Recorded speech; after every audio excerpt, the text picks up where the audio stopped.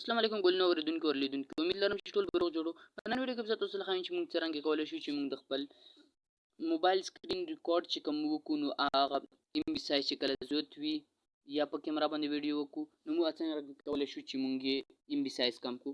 نو د ویډیو شروع کېدو نه مخکې تاسو که زموږ په چینل نه وي نو زموږ چینل د سبسکرایب کړو، د غنټې بټن هم د سپاله باندې کړو چې زموږ ټولو ویډیوګانو نوټیفیکیشن د ټولو نه اول تاسو ته راسي. نو ټول نه اول خو به تاسو د خپل پلی سټور نه د ویډیو کمپریسر په نوم باندې دا ایپ انسټال کو. چې کله تاسو دا انسټال کو نو تاسو دا چې کله اوپن کو نو تاسو لا دغه سکرین مخې لارو شي.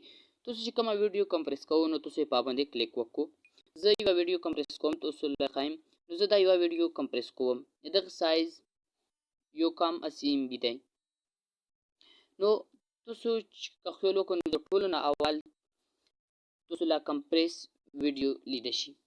تاسو دلته کمپریس کولای شو، ویډیو کټ کولای پلس کمپریس کولای شو، ام پی 3 له هم کنورټ کولای شو، پلی کولای هم شو، ډیلیټ کولای هم شو، شیر کولای هم شو، او کراپ کولای شو ویډیو. نو زه دلته ویډیو کمپریس کوم.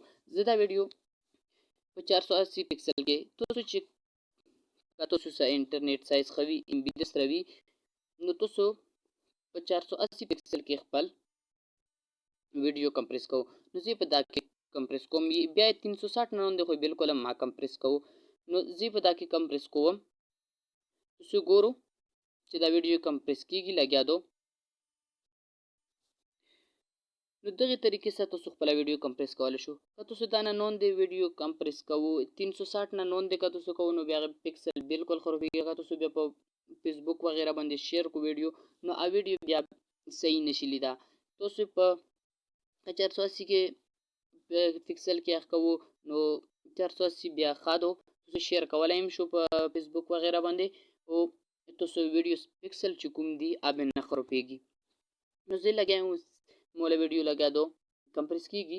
چې کله دا کمپریس شي زه د تاسو لخایم چې دغه پکسل څنګه دی واغه مخ کې ویډیو پکسل څنګه دی نو تاسو به دوړه وګورو. دا لګا دو کمپریس کیږي.